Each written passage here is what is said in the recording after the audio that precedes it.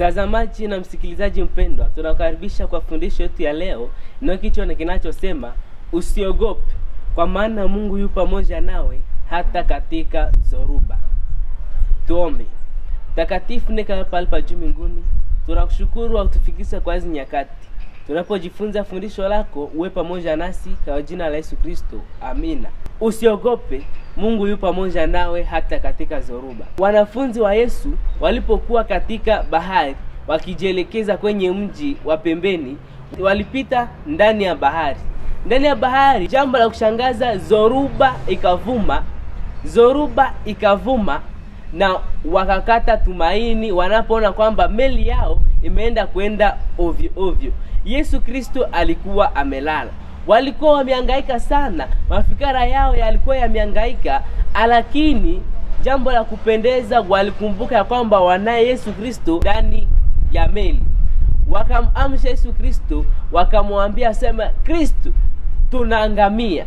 Na Yesu Kristo akawaambia kwamba muwe na imani, na akatuliza zoruba, na zoruba ikaisha. Zoruba inalinganishwa na mambo mbalimbali, matatizo mbalimbali ambayo tunayaona katika hii dunia. Jua ya kwamba Mungu yu pamoja nao. Mungu anakuambia katika kitabu kia Isaya 41 mstari wa 10 ya kwamba usifadhaike, kwa maana mimi ni pamoja nawe.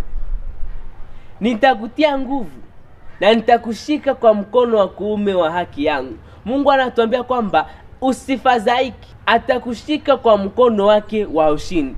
Ndiyo maana katika majaribu mbalimbali ambayo unapitia katika hii dunia, ikiwa majaribu ya kazi kuisha, ikiwa jaribu la magonjwa, ikiwa jaribu la kushindwa shule, lakini tuweka tumaini lako kwa Mungu, ataweza kukujibu kwa wakati wake unaofaa. Kwa sababu wakati wa Mungu anautenga kulingana na muda ambao unafaa kwako. Yaani weka tumaini lako kwa Kristo, nawe atatuliza zoruba zote ambazo zinakuwa katika maisha yako.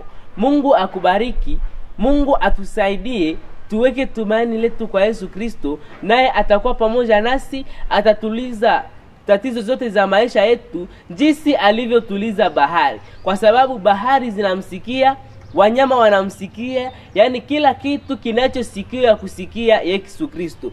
Tuweke tumaini letu kwa Mungu. Mungu awe nasi kwa jina la Yesu Kristo. Amina.